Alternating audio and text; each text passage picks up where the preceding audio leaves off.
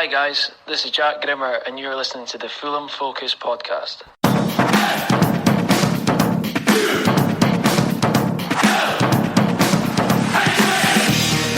Hello and welcome to the Fulham Focus podcast. I'm Jmac, your host. I'm at the stage where I don't know whether to laugh or cry anymore. A terrible Panenka against West Ham, followed by 2 weeks off to an absolute shower 44 seconds in. This game was the most open game of football I've ever hated.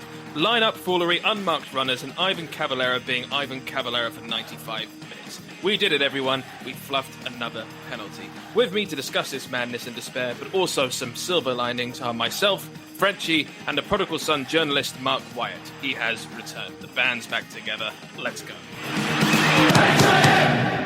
Fulham. Well, lads, it's been a while. I think we all sort of joined Fulham Focus at the same time together. It's nice to see you all again, under albeit predictable circumstances. The lineup, Frenchie, let's just go straight there and we'll just dig straight into this. Your thoughts at the beginning, you were quite positive about the outcome of this game, but then as soon as you saw the lineup, everything changed for you, didn't it? Yeah, we did the preview podcast in the week. And I'm always quite positive before the game. I always like to think that we can get something out of a game. And right up until the lineup was announced, I think I posted into the group and said, yeah, we're going to win this 2-0. And then I saw the lineup. I was like, what? No Anguissa, no Mitrovic. I mean, this squad is really low on quality as it is. It's full of championship players. Let's be quite honest. It's full of championship players and Mitrovic, Loftus-Cheek and Anguissa. So why the fuck are we leaving out the best players that we've got in this team? We're leaving them on the bench. And then when they're finally brought on later in the game, the commentators say, oh, well, you know, what great substitutions. They've changed the game. They've changed the game because they should have started in the first place. It's not good enough. Not good enough from Parker today, J-Mac. I'd like to think that potentially Anguissa and Mitrovic were rested because of their international duties. But Mark Wyatt, mate, welcome back. What were your thoughts on this, sir? Do you think that, were you all doom and gloom as well when you saw the lineup? Good to be back, first off. Thank you very much for welcoming me back. Very welcome, sir. Yeah, I thought the lineup was a difficult one. Immediately seeing that Reed and Mara Lamina were next to each other. They're too similar of a player for me, so I thought that was warning signs. In terms of players coming back from international duty, I think there was enough chat beforehand to suggest that Mitrovic wouldn't start, and I think most of the pre-match chatter was around whether Bobby would start up front on his own or whether we'd shift with someone else. But I think Anguissa not starting, it's a massive shame because that physicality he brings, it's so unrivaled at the moment in that midfield as well. I think when Loftus-Cheek, he offers something very similar, but when you're starting without any of that and you can't really look to Kearney to provide it, I think immediately there were warning signs, weren't there? Yeah, 100%. And what's interesting is well, actually, I'll go to you, Matt. What do you have to say about that? I want to ask you, Mark, right? We talk about players like Mitrovic. Oh, he's played a couple of games in midweek. He's been on international duty, so he needs a rest. Does he? What is he, 24, 25? Does he really need a rest? He's a professional footballer. He's an athlete. Why does he need a rest from doing his job? It's a good point, isn't it? I think there's always that kind of tendency to say to a player that hasn't performed well, it's just a fixture pile up, or they've travelled X amount of miles, as if they're not just sat on a lovely plane, in first class. But I think it's an easy excuse. But I also do understand that when Mitrovic does go to Serbia, I know he's one of those players that we know he plays with his heart on his sleeve, and he's not gonna ever give anything half-hearted, is he? So when he does go away and play 2 games back to back, I do think that is a serious effort from him. I also understand the argument that says, well, Decordova-Reid went out and went to Jamaica and played, and even Hector's getting a game with Jamaica at the moment. So it's not as if you can go both ways with it, can you? So on one hand, I understand it. I think Scott Barker's got a decision to make, considering that the next 3 games are, although they're against really difficult opponents, you've got to give a good account of yourselves and you've got to keep confidence high. So I think maybe there was something like that in Parker's mind. He didn't want to risk Mitrovic, and I think Bobby kind of proved himself a little bit. He proved a few doubters wrong. I think he started dreadfully, but he took his goal well, and I don't think he'll have many naysayers after that performance. Well, let's talk about that dreadful start. And I just also want to say, with Mitrovic going, being on the bench and obviously being on international duty, possibly tired, possibly psychologically damaged from missing a penalty, whatever, is that I thought without Mitrovic in this side, we were going to take things a lot more tactically like we were against Brentford and other games in the Championship. Actually respect Everton because they are actually a top four hunting team this season. They have Carlos Ancelotti, a fantastic manager. And I assumed that we would be a lot more cautious in this game. But in 44 seconds in, you've got the most naive pass from Tosin Adarabioyo, in my opinion, and arguably not helped by Bobby Reid after the header from Aina after that. And you've just got Bobby Reid not tracking his runner with Richarlison back, and the ball was in the net in the first minute. I mean, did you feel the worst after this, Frenchie? This was, I mean, I don't know. Was it the quickest goal we've ever conceded? I thought it was, but apparently not. I don't know. Oh, I don't know if it's the quickest goal we've ever conceded, but I was livid. It's just the same old story, isn't it? We switch off defensively from the beginning of games all the time. And I felt like we've made some progress in the last few weeks, especially since Joachim Andersen's come into the side. But this one today, it's just so frustrating because, you know, we were the architects of our own downfall in many ways. We had kick-off, we had possession of the ball, a ridiculous ball, as you said, from Adarabioyo across the face of the 18-yard box. Aina's kind of headed it up in the air. Bobby Reid hasn't dealt with it. And Richarlison's run into the box and Bobby Reid's just stopped and watched him. And then, before you know it, the ball's in the back of the net. Same old story, to be honest. It's bloody frustrating. And I hate to say it, but I'm going to. We defend like a team that's going down. Interesting. What are your thoughts on that, Mr. Wyatt, mate? Do you think there's any chance that Scott Parker needed to not be so... I mean... almost too, I mean, you never know whether you'd say respectful or disrespectful to Everton here, because if you're respectful, you're playing. Do you see what I mean? I just feel like why are we playing from out the back when you can clearly see they're pressing us so high? But obviously, maybe an individual error from Tosin there. I'd just like to know your thoughts when you saw that goal go in, mate.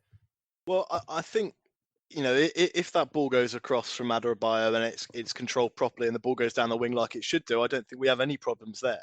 And I don't think the issue is maybe our playing style because, you know, this is what is suited to this squad of players as it has been for the last, you know, 4 to 5 years under Jokanovic and now under Parker. So I don't think there's any reason to suggest that, you know, it's panic stations early on. I don't think they dealt with it in the best way. I feel sorry for Areola out of everyone in that kind of back five the most, because he doesn't deserve defending like that. And he did pull off some great stops in that first half as well to keep us in it.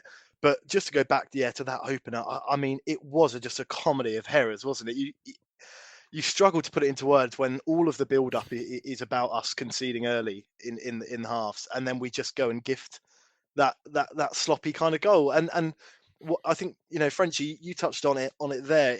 It's just that kind of lack of understanding and that, you know, missing that, heading it up in the air and misjudging the run that Richarlison's going to make. It's those small moments that even in the first 30 seconds of a Premier League game, you have to be on it from minute one. And these guys have had enough time. Not all of those would have been sent out on international duty. They've had a lot of time to think about this game and prepare for it. They know that Everton and an Ancelotti side are going to be on them from minute one. So what is the point of trying to, you know, do a 40-yard ping across your own half? I mean, as soon as you see that, I think everyone knew what was coming. We've seen it so many times from, you know, previous defenses. It was kind of Tim Ream-esque from that left-hand side, wasn't it? But I think when you put yourself in that position, the only thing you can do is you know, try and forget about it and go ahead. And unfortunately, barring the Bobby Reid goal, I just don't think we did that. I don't think we adapted quick enough, and I don't think we deserve to get anything from that game based on that first half performance. I just remember Master Will Oakley on the WhatsApp group as soon as Calvert-Lewin scored saying, "Oh, I've got him on my FPL, on my fantasy group," which is the most unhelpful thing to say after that first thing goes in. But what can you do? Will. I mean, shut up, Will, exactly. But so Bobby Reid actually, you know, 15th minute from that error to then actually scoring an equaliser, and we were all kind of feeling a bit more relaxed again. It was a very tidy equaliser as well. I mean, a lot of us had been, speak of the WhatsApp group, a lot of us have been hammering inside of that thing. I'd just like to know your thoughts on that. I mean, it was a perfect response, wasn't it, Mr. Beauclair? Yeah, it was. I think not only after the first goal, that Everton scored, but there were a couple of other moments in that opening kind of period as well where he'd given the ball away and just looked a little bit lethargic. And I just posted in the group, knowing that I was coming onto the show tonight, saying I'm going to hammer him tonight because I don't think he's Premier League quality as it is. And I can't believe he's in our team. And you look at that lineup and you think, bloody hell, that's not Premier League quality. And Bobby Reid is the one that really sticks out like a sore thumb for me. Yeah, he is our top scorer now. And he stuck that ball away and he took it really well. And fair play to him. And as soon as he scored that, I said, all is forgiven. You know, legend, Bobby Reid, love him. Yeah. But yeah, it's as a side, we're just too inconsistent.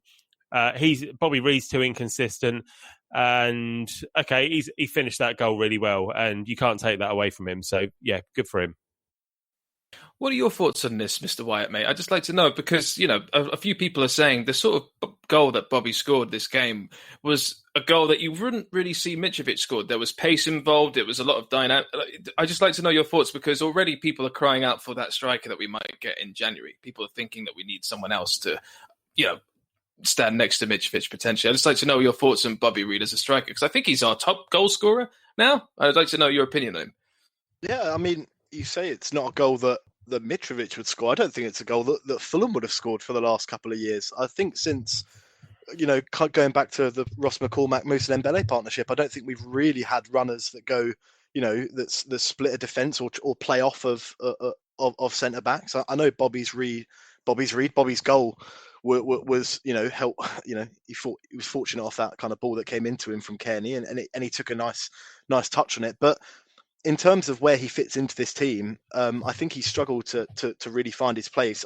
He wasn't effective nearly as much as people hoped he would be in the Championship coming off of the wing. And so I think, you know, he shows his worth in those moments. He had a similar opportunity, though, when the ball was played into him from the left. And there he kind of scuffed his shot. So I think, you know, there's experience issues there. And I don't think he's the answer to our problems.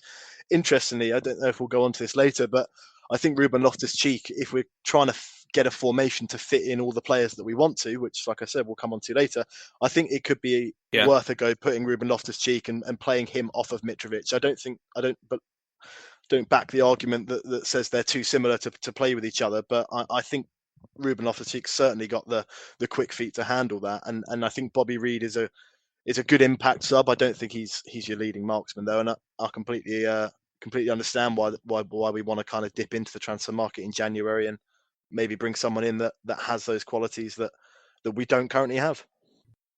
So Richarlison continued to cause us problems after this, even though we just equalised that. But Areola pulled off some, you know, a great low save, and I think for us this season, isn't it? Having a decent keeper re-inspires a confidence in our defence, don't you think, Frenchie? I mean, I feel like this is the player this season that I'm going to be crying about losing the most if we don't stay up this season, I think Areola is, and it's not particularly stiff competition, but he's probably the best keeper that we've had since Mark Schwarzer. He inspires confidence behind the back line. He commands his penalty area, and he makes good saves as well. And you know, he's a great last line of defence. Whereas goalkeepers that we've had in the past, all right, Rodat was a good keeper, still is a good keeper, and perhaps he will be a good keeper for Fulham at this level in the future. Or at the next level down if we do go down. But you know me, I can't stand the likes of Sergio Rico, and I look back to that that Premier League campaign that we had last time, and I know he made a few good saves, but it was just flapping at crosses. Whereas Areola comes out and he grabs crosses. All right, sometimes he punches them, but if he punches them and they go. He doesn't just punch them up in the air. Whereas Rico used to kind of punch them and they go directly straight up in the air and invariably would lead to a goal. So I'm a big fan of Areola. And at the start of the season, I was disappointed that Marat Rodat lost his place without really doing anything wrong. But I think it's an upgrade for sure. Absolutely. And in the 29th minute, I mean, just talk about a save, unfortunately, Areola wasn't able to make. This is when Iwobi... Now, it's really funny when we were talking about Everton and the players we should be watching out for. And Iwobi was never one. This is the Fulham way. It's always a player you don't expect when you're playing against Fulham. And Iwobi just goes past Robinson, Lookman, and Lamina like it's nobody's business. Iwobi passes to James Rodriguez. James James, who gets it to unmarked Digne. Or Dean. I don't even know how to pronounce these names anymore. But Dean to Calvert-Lewin, who scores his second goal from close range. It went to VAR, and it was a great goal. But is there much we can do about that, Mr. Wyatt? Or was I mean, Tosin maybe needs to be a bit closer to Dominic Calvert-Lewin. But I really think, I just do understand that you've got this left wing back, Digne, who is, I think, the third highest assister for the Premier League so far. Him and Iwobi just had an absolute field day of space, didn't they, this game? Yeah, and I think you've got it spot on there. I mean, Iwobi, by all means, is a good player, but he was made to look incredible this afternoon at points. And the reason is that stems from confidence, and that stems from starting well. And Iwobi would have just, he would have been counting his lucky stars after those first kind of 5-10 minutes when he realised he was going to get all of that space on that right-hand channel. Robinson wasn't getting any help whatsoever from Cavallero. We all knew that was going to happen. And Robinson, I think for all of his fantastic qualities bursting forward, and I think he's got a good kind of eye going forward. I think, like so many of our left backs over the last few years, he does struggle going back, and I think Iwobi must have just been so pleased.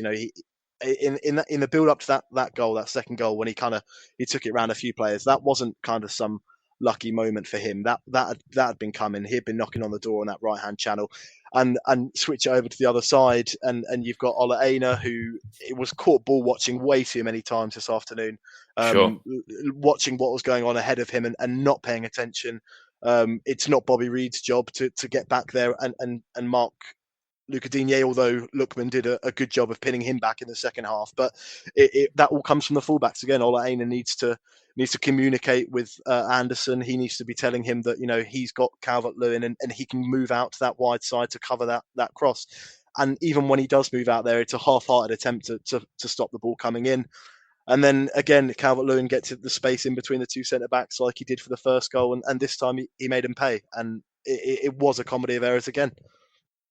Yeah, I mean, and Calvert-Lewin, who's the top goal scorer of the Premier League, just Tosin. I mean, look, I know that obviously everything happens a lot faster. It's easier to say than actually be on the pitch. But I feel that you could have just been a bit more stuck to him like glue for that situation. But really, it was Aina who had a real stink in this game, didn't he, Frenchie? I mean, it just absolute horror show, wasn't it?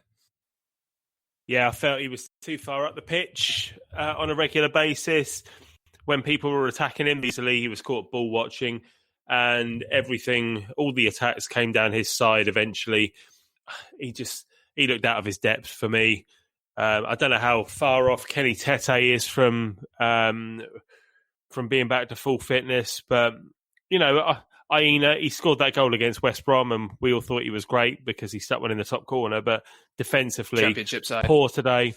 Yeah, exactly, and his delivery as well into the penalty area was crap as well. So I thought he looked out of his depth against a better side today.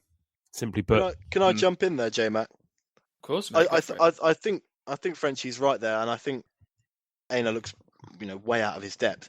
I do think there's a player there though. I do think he's shown enough that there is kind of a reliable player there. But I think he, like many other players in our squad, need leadership and they need the right coaching.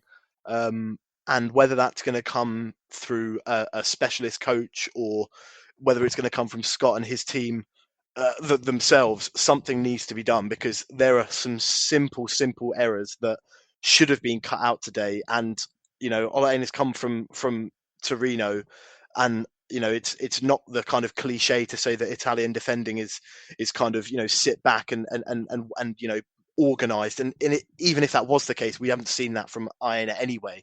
But I think we also need to remember that right back spot, we haven't been blessed, have we? It's been a tricky spot, and if Kenny Tete hopefully gets back as soon as he can, but if we have to go into the next month, 2 months with Robinson, I don't think there's a massive worry. I just think he needs to be told exactly what he needs to do, and I think Anderson, for all his strengths, I think he needs to show himself.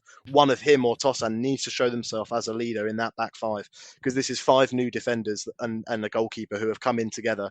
One of them needs to be the leader in that area, and it needs to happen quickly, because those are the communication errors that can't happen against those teams that we don't want to drop points against. This is all very well, mate, but they are happening, and we're, I don't know, is that 9 or 10 games into a 38-game season now?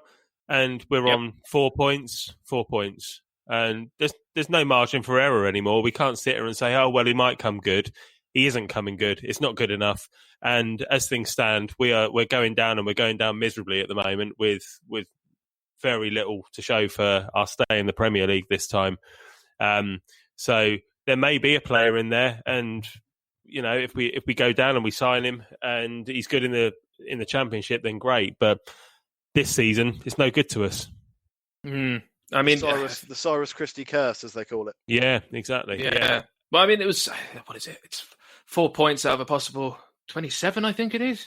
Yikes, it's crazy. I mean, look, if you miss that goal, don't worry, because 5 minutes later, the same one happens again. It's it's the same thing. A pass to James Rodriguez, and then a lofty ball over to Digne again, and Digne gives a nice cross overhead this time, and Calvert-Lewin just headers it. I just dreadful defending once again. I just don't really know what Scott had in mind with our tactics here, Frenchie, to be honest with you. I mean, I don't think there's anything else to discuss. It's the same old bullshit, isn't it? Oh, it's no good asking me about tactics. No, fair enough. I'll be honest with you. I can't even remember the third goal. What happened with the third goal? Was it Calvert-Lewin, or was it the other guy who scored the third one? Was it not Decore? Was it not Decore? It was Decore, yeah. Yeah, exactly. That header, and it just, again, carved open.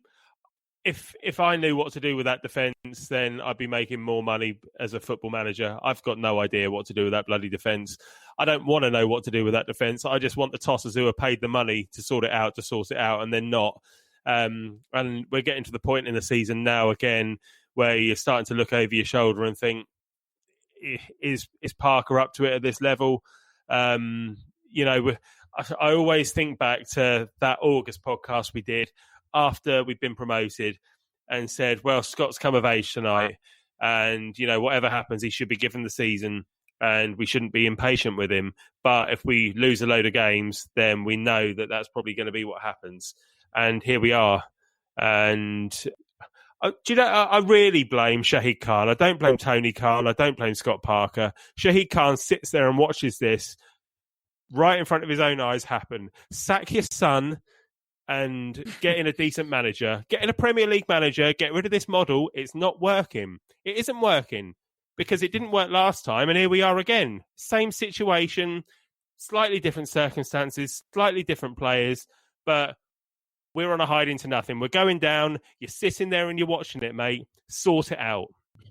Yeah, and 4 new defenders and a new goalkeeper and a starting lineup. It's kind of mad, isn't it? And yeah, just to confirm, that was Decore who scored that third goal for Everton there. Sorry about that. Now, look, the second half, let's just talk straight away about this. It's another shit penalty. Could things get any more embarrassing on that front for you, do you think, Mr. Wyatt? I mean, this penalty was thanks to Ruben Loftus-Cheek making an instant impact, which is a lovely silver lining. I could talk about that in a minute. And you got Anguissa, who came on for Lamina as well. But this was just a moment where I'd like to know what you were thinking when, first of all, when Cavallero was picked himself to take the penalty, and actually if you thought it was going to go in or not when he was running up to it.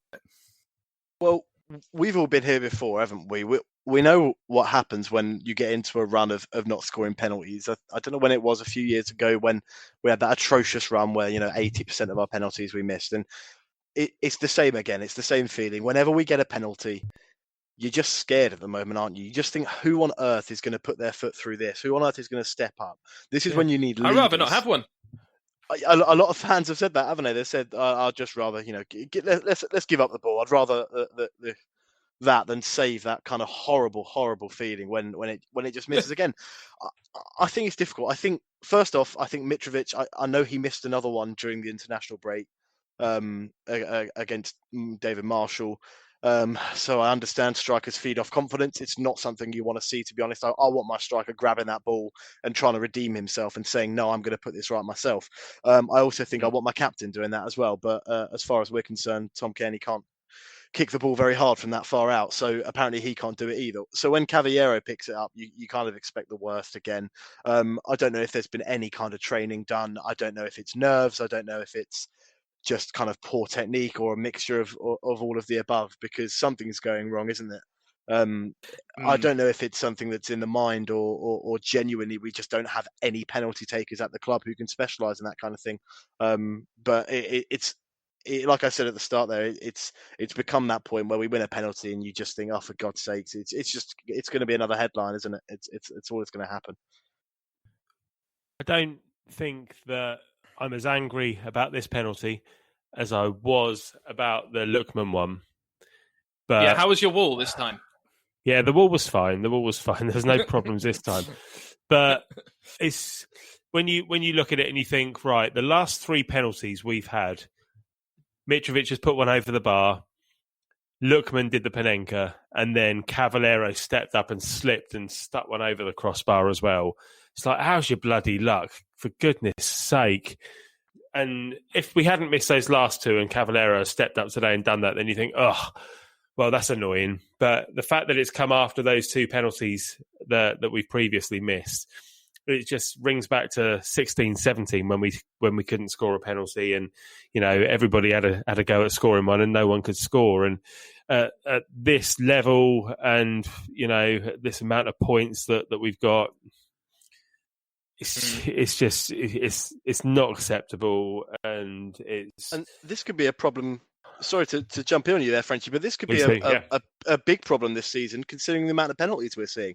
If clubs are being awarded, some people are saying 3 times the amount of penalties across the season, and we can't stick one in the back of the net, where's that going to leave us? And these are massive points. That's one drop today there with the penalty miss. We had the Chef U one. Again, we're not 4-1 down and missing a penalty. These are massive, massive moments in these games, and it takes confidence and it takes ability, sure, but it also takes just someone to take it by the scruff of the neck.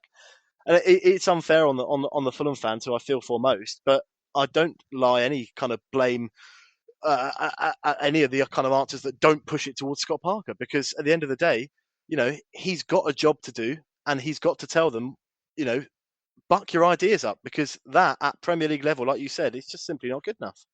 The choice of Cavallero was awkward, wasn't it, for me? Sorry, go on, Frenchie. I just think the choice of Cavallero was an odd one. I think we all had a huge discussion of who we thought statistically would be the best. We all said Bobby Reid, or some of us said Tom Kearney. He's the captain. Give it to him, even though his record's not good. But just the choice of Cavallero was poor. I don't know. It must be Scott Parker who picks it. And I just thought that was just madness, in my opinion. What are your thoughts there, Frenchie? I don't necessarily think we can label the blame for that at Scott Parker's door. I think as a game unfolds, then whoever fancies it can step up, and whoever feels confident to take it will grab the ball and say, we've seen it before, haven't we? That Huddersfield game when Kamara said, I'm having this, and then he had that tussle with Mitrovic. So I don't necessarily think that it's decided beforehand, particularly in the current climate when nobody seems to have any confidence. So whoever fancies it at the time, all right, pick the ball and go and stick it in the net.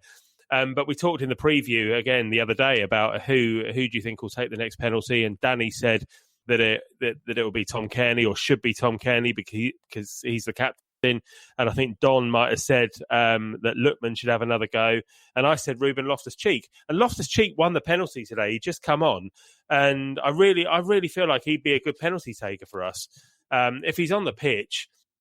Just give him the ball and let him have a go. And you're getting to the point now where you everybody's kind of queuing up, and as somebody misses, then it's the next person, take a ticket.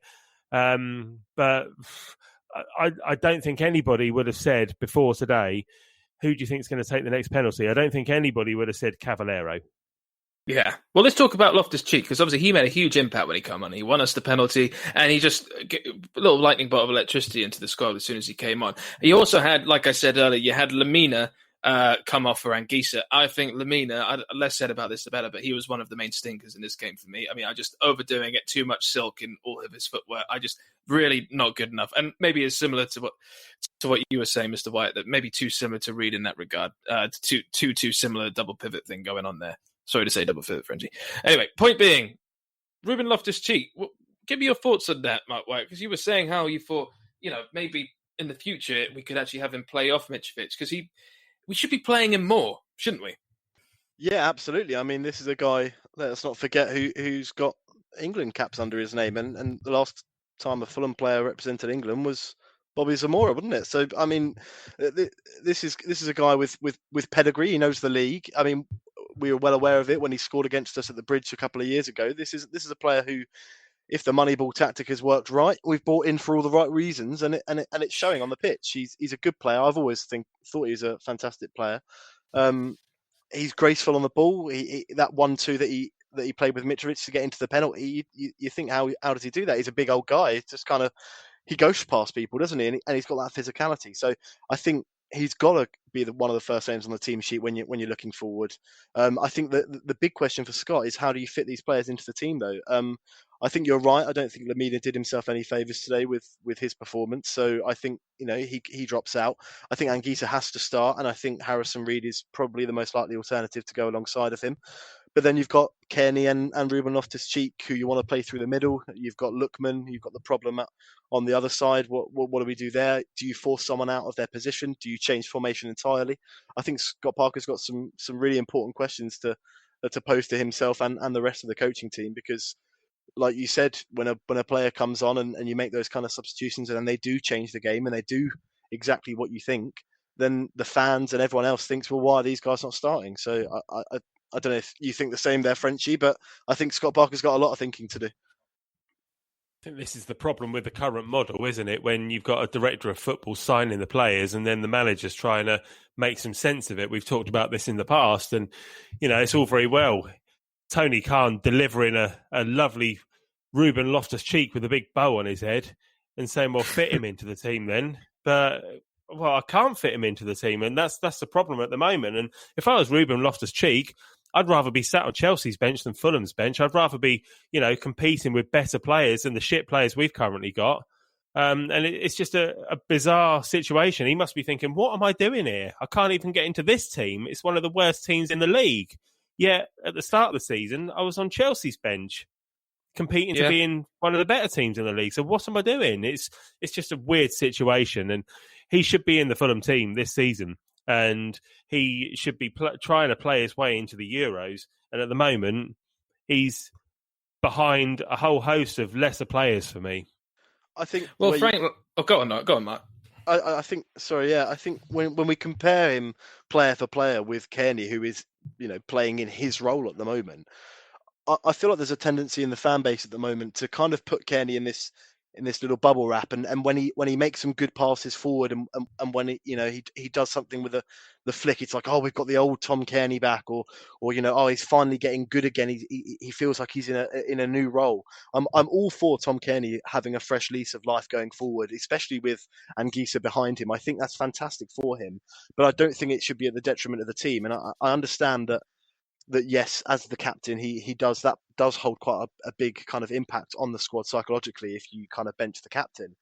But when you've got games like that where you're up against a midfield three, one of them being James Rodriguez, the silky kind of touch, Allen, who's an experienced player, Doucouré, who's physical, and you go in that midfield three of Kearney, Reed, and Lemina, it goes back to the lineup, doesn't it? It just seems like the wrong decision from the outset.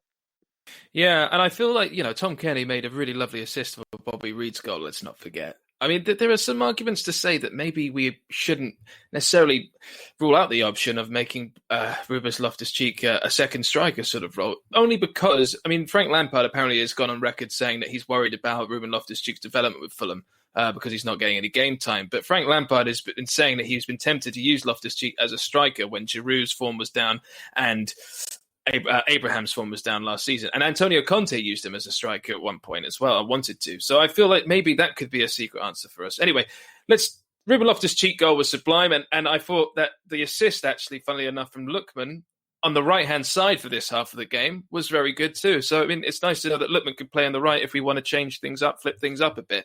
I just want to know what you would take from Mitro's performance really quickly on this, Frenchie. Does he look a little bit... He came on and he looked like he had just so tired instantly to me. There was just a bit of a laboured quality about half flick-ons, just like really bad touches. Just, I think Matt Dunn said something like he reminds me of when he was playing for Newcastle, just a bit, a bit slumpish. I don't know. What are your thoughts? I think Mitrovic is the sort of player who will struggle to influence a game when he comes into a game from the bench. And, if he can start and he can bully defenders and use his physicality, then fine. But he's not an impact player. And it baffles me why he was on the bench today, to be honest. If he's not fit or he's too tired, then don't have him in the squad. Otherwise, start him. I don't see the benefit of having him as a substitute. Fair enough. And what do you think what was the formation at the end, Mr. Wyatt? I couldn't make head or tail of it. Okay, people keep trying to explain it to me. I don't know. It just seemed like it was everyone just fucking go up there. It just seemed like four up front in a way, didn't it? I mean, it worked. Yeah. We looked really good. We were attacking them, but I couldn't tell you where Loftus-Cheek was playing. It was like a number 8 mixed with a right winger, also maybe a striker, but everyone was just all over the place, wasn't it? Yeah, I think you're right. I think it was a bit of a 4-2-4. And interestingly enough, I thought you could see at times Harrison Reed dropping back and letting kind of Anthony Robinson just kind of sit at left wing really for long periods in those last 20 minutes.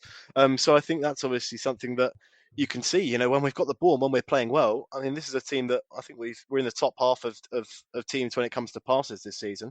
Passes don't win you points, but goals do. But I think those signs are encouraging. But yeah, but Mark, to interrupt you really quickly, mate, is this not part of the problem? And I will go to Frenchie on this after you as well. Is this not part of the problem? This fits in very well because we're about to get to the Scott Parker rating. Does it not seem to you that we only ever really feel like winning a game or actually have any energy under our asses when we start losing, or it feels like all hope is lost to you? That's something that Matt Dom said as well, and I've stolen it. But I'd like to know your thoughts on that. It's quite worrying, that, to me.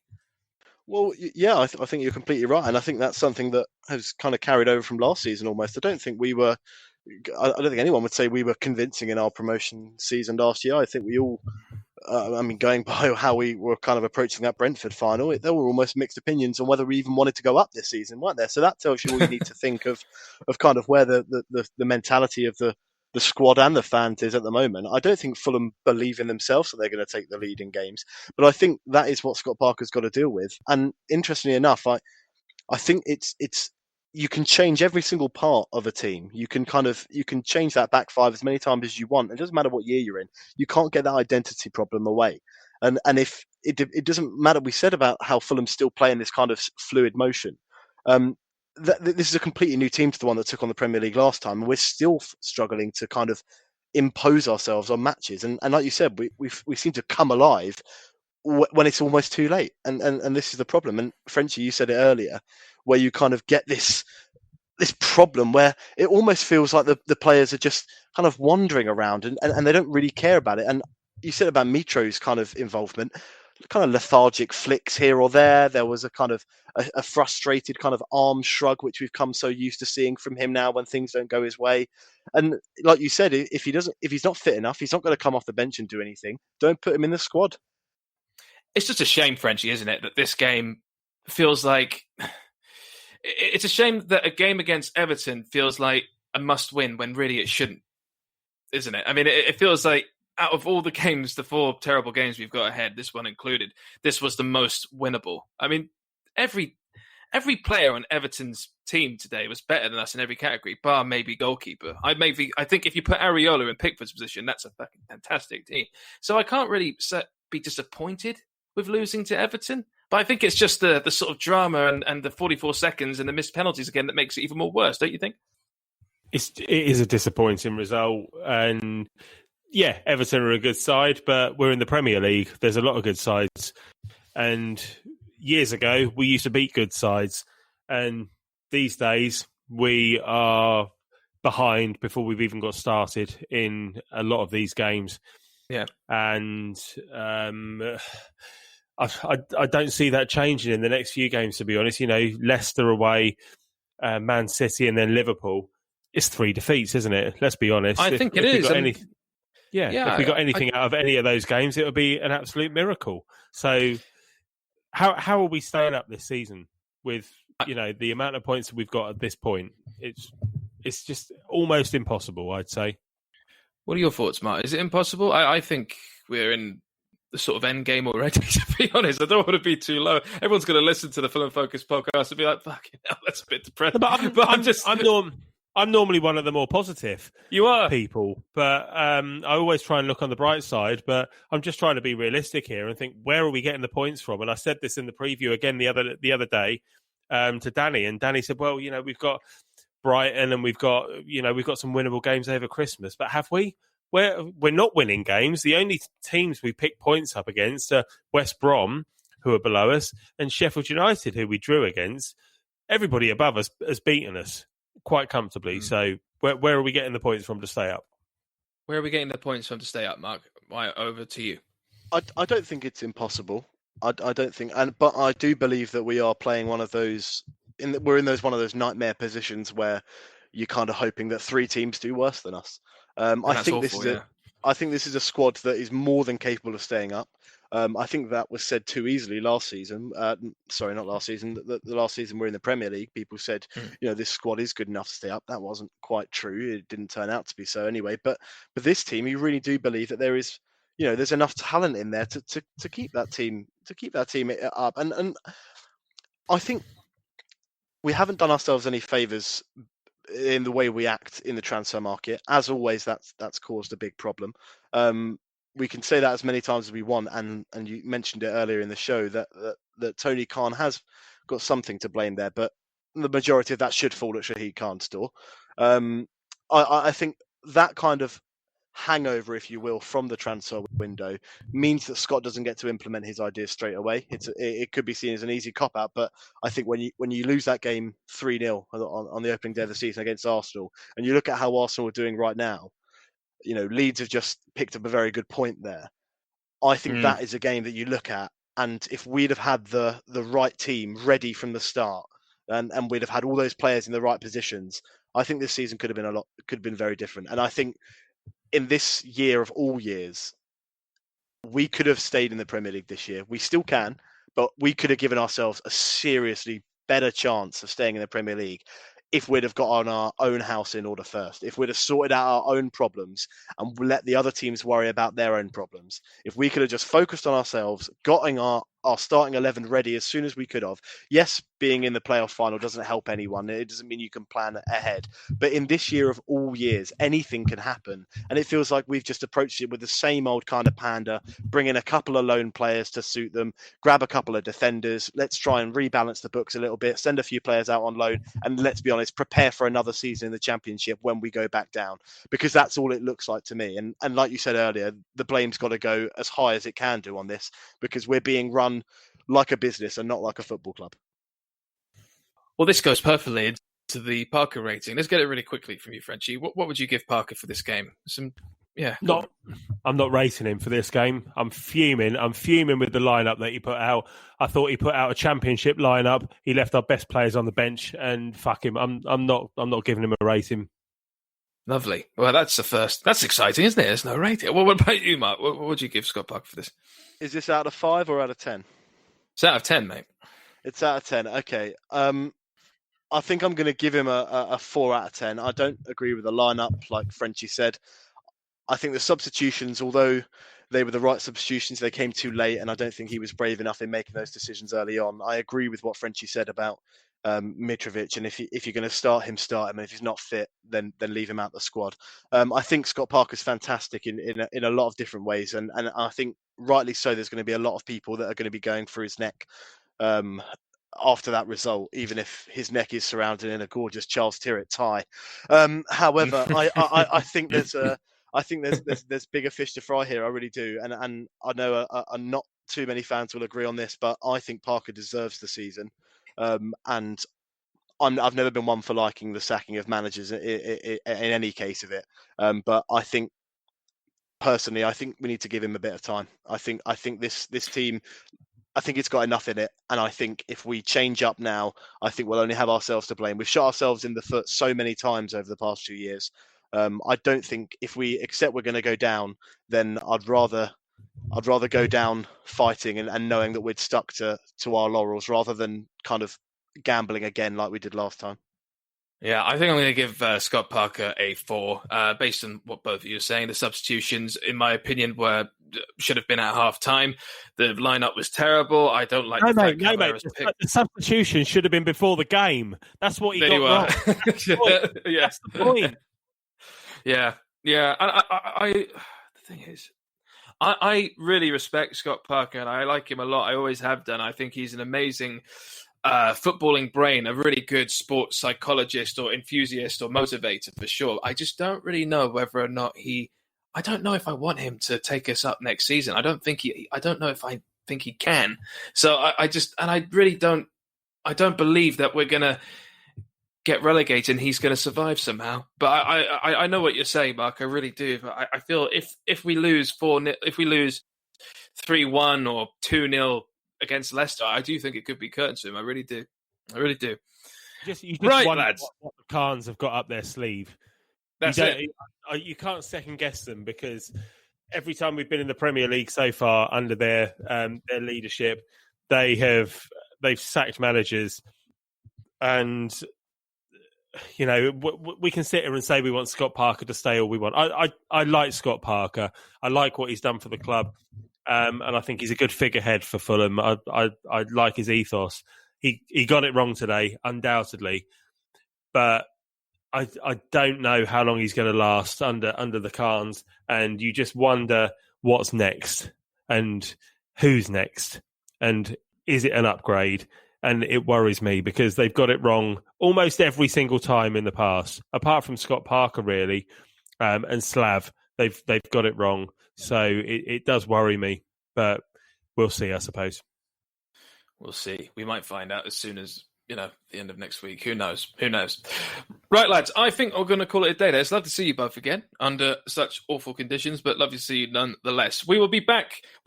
Next week with a lovely preview for Leicester. Frenchie, who will be with you this episode? Do we know?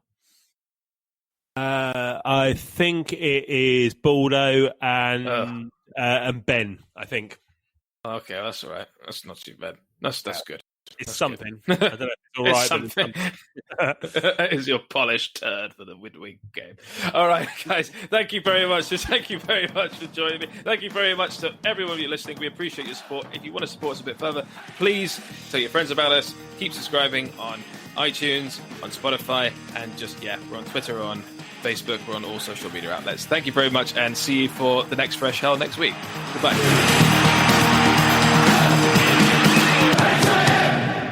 Fulham.